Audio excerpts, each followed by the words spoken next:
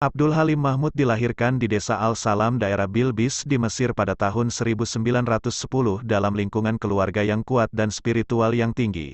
Ia mulai belajar di desa itu dan melanjutkan pada sekolah menengah lanjutan pada perguruan Al-Azhar.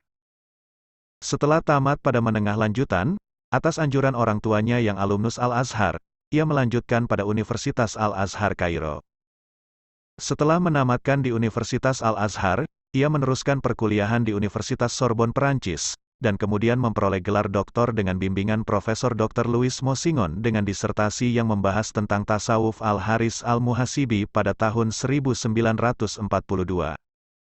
Sebagaimana kebanyakan sarjana Mesir yang tamat di luar negeri, setelah pulang ia tidak lagi memakai jubah dan surban sebagaimana biasanya ulama Al-Azhar, namun ia memakai pantolan lengkap dengan dasi dan rambut tersisir rapi, tetapi keadaan itu tidak berlangsung lama.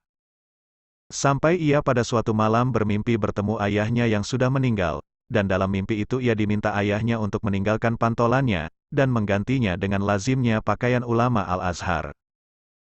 Sejak itu ia mulai memakai jubah dan sorban, dan sejak itu pula keruhaniannya mulai berubah, mulai menukik ke dalam lautan hakikat. Setelah ia pulang dari Perancis ia diangkat oleh pemerintah menjadi dosen di Universitas Al-Azhar, dan selang beberapa tahun ia diangkat menjadi dekan Fakultas Usuluddin. Beberapa tahun kemudian, ia diangkat sebagai guru besar dan menjadi anggota Rektor Magnificus Universitas Al-Azhar, suatu kedudukan yang tinggi setingkat Perdana Menteri. Selama menjadi dosen itulah, ia banyak bepergian ke berbagai negara di Timur Tengah, untuk penelitian di bidang tasawuf dan memberikan kuliah di beberapa universitas. Ia amat dihormati dan disegani baik kalangan rakyat, pejabat, intelektual maupun ulama Mesir bahkan juga dunia Islam. Setelah Syekhul Akbar Mahmud Shaltut meninggal dunia, maka Mesir tidak lagi diwarnai fatwa-fatwa modern dalam bidang fikih, tetapi dengan itu mulai bangkit suatu spiritualitas baru dengan tampilnya Syekhul Akbar Abdul Halim Mahmud. Masyarakat Mesir mendapat curahan baru, air sejuk kerohanian yang terpancar dari pribadi luhur dan ceramah-ceramahnya yang sejuk, baik melalui pertemuan-pertemuan umum maupun dalam seminar atau peringatan hari-hari besar Islam. Kehidupan sebagai seorang sufi di masa modern tergambar dalam kehidupannya sehari-hari, hidupnya yang amat sederhana. Demikian juga rumahnya yang kecil dengan perabotan yang seadanya, hanya dipenuhi oleh kitab-kitab di berbagai sudut rumah, walaupun jabatan demikian tinggi. Wajahnya selalu cerah, dengan percakapan yang selalu terbatas tapi mulutnya selalu zikir dengan tasbihnya selalu berputar. Kalau bepergian ia selalu lebih banyak menggunakan bus umum daripada mobil dinasnya. Kalau ia memberikan kuliah biasanya di auditorium Muhammad Abduh, dan sebelum ia datang, mahasiswa sudah siap dan kalau dia sudah masuk ruangan tidak satu pun yang berani masuk. Ia amat berwibawa, dihormati dan disegani.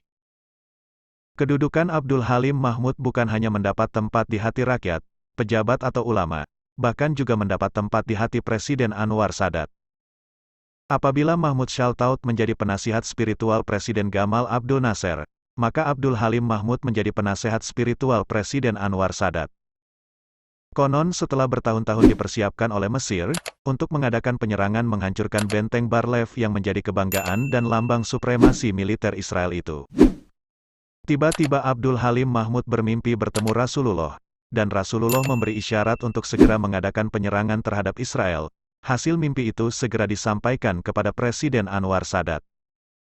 Setelah diadakan pertimbangan militer Anwar Sadat segera memerintahkan penyerangan, yang terkenal dengan Perang Ramadan.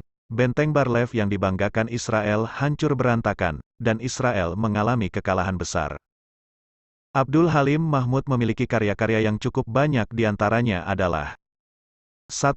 Al-Tafkir Al-Falsafi fi Al-Islam 2. Al-Tasawuf Inda Ibnu Sina 3. Al-Riayat li Hukukillah li Al-Mahasibi 4. Abu Madian Al-Gaus 5. Al-Shibli 6. Ahmad Al-Badawi 7. Al-Syazali 8. Qadiyat Al-Tasawuf Al-Munkizu min Ladalal li Al-Ghazali 9. Al-Islam wa Al-Aql 10. Al-Rasul 11. Asrar Al-Ibadat fi Al-Islam, dan lain-lain. Kalau kita kaji karya-karya Abdul Halim Mahmud dalam bidang pemikiran Islam, maka tampak sekali bahwa ia amat menghargai para sufi Islam dari manapun asalnya, dan dari aliran manapun mereka. Bagi beliau jalan tasawuf adalah jalan yang selamat, akomodatif dan konstruktif bagi kehidupan dan kemajuan. Tasawuf membawa kebahagiaan dunia dan akhirat. Dalam berbagai tulisannya, ia menunjukkan betapa para sufi telah bekerja membantu para fakir miskin, membangun masyarakat, meluruskan jalan pemerintahan dan berjuang membela negara. Ia membela kaum sufi dari berbagai tuduhan, dengan jawaban-jawaban yang memuaskan, dan tuduhan terhadap kaum sufi itu dianggapnya sebagai mengada-ada. Ia tunjukkan beberapa sufi yang memiliki gelar sebagai orang pekerja sebagai pemintal benang, tukang jahit, pedagang dan sebagainya, sebagaimana halnya beberapa sufi yang gugur di medan perang untuk membela negara. Oleh karena itu melalui jalan tasawuf kaum muslimin akan bangkit dan selalu aktif dalam kehidupan berbangsa dan bernegara. Di samping teori-teori yang dikemukakannya dalam karya-karyanya itu juga tampak dalam kehidupannya sendiri. Meskipun hidup dalam kehidupan tasawuf, namun ia berjuang dengan gigih, berjuang dengan baik melalui pribadi maupun jabatan negara yang disandangnya untuk kepentingan masyarakat, negara dan agama. Dengan begitu tasawuf bukan membuat masyarakat menjadi mundur, namun ia merupakan ajaran yang positif dan etos dinamisasi masyarakat. Bagi beliau tasawuf adalah kebersihan rohani dan usaha-usaha yang konstruktif, dalam rangka menuju kepada ilahi, dan berolah penyaksian, musyahadah, daripadanya. Berbicara tentang musyahadah, maka kita berbicara tentang pengetahuan puncak sufi, yang didapat tidak lagi melalui logika atau indera, namun ia didapat melalui mata hati yang disebut dengan basirah, sedang pengetahuan para sufi adalah pengetahuan ilham dari Allah. Menurut Abdul Halim Mahmud, mata hati, basirah, itu hanya bisa berfungsi kalau telah mencapai kebersihan rohani dan kebeningan jiwa, hingga terang seterangnya mencapai cahaya ilahi. Maka tingkat pengetahuan sufi adalah tingkat kedua setelah nubuah nabi. Untuk mencapainya harus melalui makomat dan ahwal, di mana makomat merupakan jalan bertingkat yang terus-menerus diusahakan, sedang ahwal adalah keadaan pemantapan rohani yang menyejukkan dan menyegarkan, yang diberikan dalam rahmat Rabbani. Pedoman perjalanan sufi tidak lain adalah Rasulullah sendiri. Untuk itu diperlukan syarat-syarat. Syarat pertama harus harapan penuh kepada Allah, kedua harapan akan berjumpa dengan hari akhir, dan ketiga selalu zikir kepada Allah. Dengan persyaratan itu seseorang telah mulai memasuki pintu menuju Tuhan, dan mulailah tumbuh tekad untuk tegar menuju Tuhan, dan memperbanyak tobat bila terjadi alpa atau lupa. Apabila tobat telah benar akan menumbuhkan wara, yaitu meninggalkan segala bentuk syubhat dan hal itu akan mengantarkan kepada kedudukan zuhud, suatu kehidupan sederhana dalam segala hal, dan kedudukan ini menyampaikan lagi kepada kedudukan berikutnya yaitu tawakal.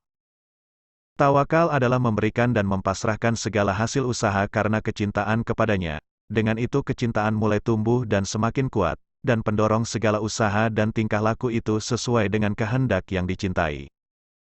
Apapun yang dikehendaki yang dicintai akan dilaksanakan dengan patuh dan penuh rida. Rida merupakan makam akhir menuju Tuhan. Pengakuan Syekh Abdul Halim Mahmud tentang kekeramatan. Ketika saya memulai penyusunan kitab ini, Asy Syadzili, tiba-tiba saya menghadapi suatu kemuskilan yakni mengenai kekeramatan atau karomah, di mana soal kekeramatan ini amat banyak kita jumpai terutama dalam kitab-kitab lama, yang berisi tentang Syekh Abul Hasan.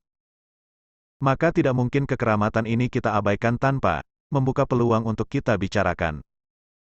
Akan kukutip keseluruhannya, lalu aku meninggalkan tanggung jawab dengan menimpakan pada orang-orang yang telah menyebutnya. Dengan menempuh jalan sebagaimana yang tersebut di atas, apakah kiranya patut disebut kalau aku melakukan sesuatu yang baik bagi Syekh Abul Hasan atau pula kebalikannya? Orang-orang yang terpelajar di masa kini kurang senang kalau disebutkan soal kekeramatan dengan begitu saja tanpa diperhitungkan, apalagi secara berlebihan dalam penuturan. Lain halnya dengan orang yang mengikuti para wali dimanapun juga ia berada. Ia akan berupaya agar hal kekeramatan itu selalu disebut, demi untuk menambah semaraknya sang wali, dan menggusarkan bagi mereka yang kurang menyukai. Mengenai mereka yang mengingkari kekeramatan, mereka mengingkari juga mukjizat-mukjizat, walaupun dapat dicapai oleh panca indera sebagaimana yang tersebut dalam sunnah yang benar, yang beritanya telah disaring oleh para ahli riwayat hadis berkenaan dengan Rasulullah Shallallahu Alaihi Wasallam. Mereka berkenaan dengan mukjizat sudah merasa cukup dengan adanya Al-Quran, dan enggan mengakui selainnya, walaupun yang dibawakan oleh pemuka-pemuka hadis, sebagaimana Imam Bukhari dan Imam Muslim dan dari beberapa kitab hadis yang banyak ragamnya. Jiwa orang sekarang kurang dapat menerima kekeramatan. Mereka akan mengolok-olok secara terang-terangan kepada siapa yang membawa riwayat dengan imbuhan tentang kekeramatan seorang wali. Akan kuikuti pulakah jejak mereka yang ingkar? Badai kemuskilan ini kuhadapi dengan tegas. Aku pun tidak maju mundur sejak memulai dari mukadimah, dan kusebutkan dengan jelas akan halnya kekeramatan pada diri Syekh Abul Hasan, sesuai dengan riwayat Syekh Abul Abbas radhiyallahu anhu. Tidak sedikit pun keraguan dalam hatiku mengenai kebenarannya. Aku pun mengutip beberapa riwayat kekeramatan yang sesuai dengan isi kitabku. Mengapa begitu lancar usaha pengutipan dalam kitab ini? Mengapa? Hal-hal berikut inilah yang menjadi jawaban atas pertanyaan di atas. 1. Bahwa Al-Quran sendiri membicarakan dengan susun kata tanpa kesamaran tentang mukjizat, di mana Allah bermurah memberikan mukjizat-mukjizat itu kepada Rasul dan para nabinya. Dan di dalam Al-Quran pula dibicarakan masalah kekeramatan, bahwa itu adalah anugerah Allah subhanahu wa ta'ala kepada para aulia, dan asfiyanya atau para pilihannya. Bukankah Al-Quran telah membicarakan dengan jelas hingga tidak memerlukan takwil, bahwasannya Isa alaihi salam, membentuk burung dari tanah, kemudian ia tiup maka jadilah seekor burung yang hidup dengan izin Allah. Dan Al-Masih menyembuhkan orang buta dan sopak, juga menghidupkan orang yang mati dengan izin Allah. Di dalam Al-Quran didapati pula tentang Nabi Musa alaihi salam, yang melemparkan tongkatnya tiba-tiba menelan apa yang mereka ahli sihir Fir'aun pamerkan, dan ia yang mengeluarkan tangannya lalu tampak putih bagi yang melihat. Dan Bunda Maryam yang hamil tanpa sentuhan lelaki, bukannya kesemuanya ini melanggar tabiat dan adat. Betapa pula keheranan Zakaria yang melihat makanan yang tersedia dalam bilik Maryam, hingga beliau menanyakan, "Wahai Maryam, dari mana kau dapatkan kesemuanya ini?" Maryam menjawab dengan tenang, "Dari sisi Allah subhanahu wa ta'ala." 2. Nama peraturan tabiat sebenarnya yang tepat adalah adat kebiasaan alam. Pelanggaran terhadap adat bukanlah barang mustahil bagi pertimbangan akal. Adat kebiasaan alam tidak dapat menguasai Tuhannya alam semesta. 3. Tangan-tangan yang dilalui oleh mukjizat atau kekeramatan tiadalah mereka mengaitkan dengan dirinya, tetapi menasabkan kepada Yang Maha Pemurah yang Maha Pemberi, yang memiliki kekuasaan yang mampu menaklukkan dan memaksakan. Mereka itu menasabkan kepada Dia yang berkuasa sepenuhnya atas segala sesuatu. 4. Kalau kita mengarahkan selidik kita pada mereka yang ingkar terhadap kekeramatan, mereka itu tiada bedanya dengan warna kekejaman dan kekerasan hati. Kalau Anda tengok agak ke dalam, Anda akan mendapati mereka bukanlah orang yang memiliki perasaan yang halus. Tidak pula padanya basirah apalagi kemalaikatan ruh. Mereka itu kalau bukan dari golongan mulhid, ateis, adalah dari jenis yang imannya belum meresap ke dalam lubuk hatinya, dan masih merupakan sesuatu yang terapung dan belum mendasar. 5. Jumhur para muslimin sepanjang masa baik para awam atau para khusus, ataupun yang sudah tinggi ilmu agamanya tidak satu pun yang mengingkari, dan kesemuanya mengimani kekeramatan. Sebab-sebab yang sudah saya sebutkan di atas membantu saya untuk menelusuri dan mengutip dari kekeramatan Syekh Abul Hasan Asy-Syadzili. Ada pula sebab lain yang bersifat khusus, tanpa membusungkan dada. Aku katakan bahwa aku dapat menghadapi kemuskilan itu dengan mudah. Terus terang tanpa sedikit pun rasa sombong bahwa diriku ini bukanlah pribadi yang dipermainkan oleh waham dan hayal, dan tidaklah pada hari-hari yang kutinggalkan menjadi mangsa kebatilan dan hurafat. Kepunyaan Allah lah segala kurnia dan pemberian, telah menjauh antaraku dengan pengaruh yang membekas, mempesonakan, yang membawa kepada waham dan hayal. Kalau aku menambahkan berbagai sebab khusus, kesemuanya itu adalah agar keyakinan itu penuh dengan kepercayaan. Semoga Allah memberi hidayah kepada siapa yang dalam hatinya kesediaan untuk menerima kebaikan, dan pada ruhnya terdapat sendi-sendi untuk menampung kebenaran. Di saat mengakhiri kitab ini tiba pula cobaan yang tak putus-putusnya. Cara yang kutempuh tak lain adalah melindungkan diri kepada Allah disertai mohon kelapangan. Tiba-tiba pada suatu hari telah datang kepadaku seorang yang saleh, yang mana beliau itu amat memaklumi hal-hal dari permulaan kitab ini. Beliau memberikan kepadaku gulungan kertas yang berisi sigah, cara-cara bersalawat kepada Rasulullah Shallallahu Alaihi Wasallam. Pak Saleh ini berkata, "Bacalah dengan tekun dan selamilah kedalaman arti yang terkandung. Bacalah seorang diri di malam hari, semoga dengan demikian sirnalah apa yang selama ini membebani dirimu, dan terbukalah apa yang selama ini mengaburkan." Aku pun beriktikaf mengasingkan diri dalam bilik sehabis sholat isyak, Aku nyalakan lampu kamarku, setelah itu kertas dari pas soleh itu mulai kusentuh dan kubuka. Berulang-ulang ku baca sigah solawat yang tertera di atas kertas itu, ku selami dengan tekun kedalaman arti yang terkandung. Tiba-tiba dengan cara mendadak huruf-huruf tulisan dalam sigah itu menyala-nyala berkilau dengan cemerlang. Sekalipun lampu di dalam kamarku terang menyala, tetapi huruf-huruf dengan cahayanya mampu mengalahkan terangnya lampu. Mungkin saja ilusi mata, maka ku gosok mataku berulang kali, tetapi huruf itu tetap menyala dengan penuh gemerlapan yang amat mempesonakan. Sadarlah aku sekarang betapa Allah membuka pintu rahmat-Nya, aku bersyukur, puja-puji ku hadapkan kepadanya. Nur yang kuperoleh ini merupakan rumus yang mampu menyirnakan beban derita dan menghilangkan duka cita. Itulah kekeramatan sigah yang diberkahi. Satu pelanggaran adat yang terjadi di hadapan mataku adalah apa yang pada suatu pagi, di mana aku sedang duduk di ruang perpustakaan dalam rumahku. Sudah terbiasa pada diriku, sebelum aku memulai membaca, kurenungkan pikiranku dengan menundukkan kepala sambil memejamkan mata, dan setelah itu kepala baru kuangkat dan kubuka mataku. Di pagi hari itu demikian juga yang kulakukan, tetapi setelah kuangkat kepalaku dan kubuka mataku, nampak di hadapanku sesosok tubuh seorang lelaki kekar, kulitnya berwarna sawo matang, kepalanya dibalut dengan kain putih yang oleh penduduk Hijaz diberi nama Al-Fitrah. Besar tubuhnya lebih patut dikatakan kurus dan berdirinya agak membungkuk. Sekujur badannya kulihat dengan nyata sampai-sampai corak pakaiannya kulihat penuh ketelitian. Suatu keanehan pula bahwa perasaanku tidak gentar sedikit pun menghadapi orang itu. Tidak sepatah kata pun keluar dari lisannya dan aku pun demikian juga.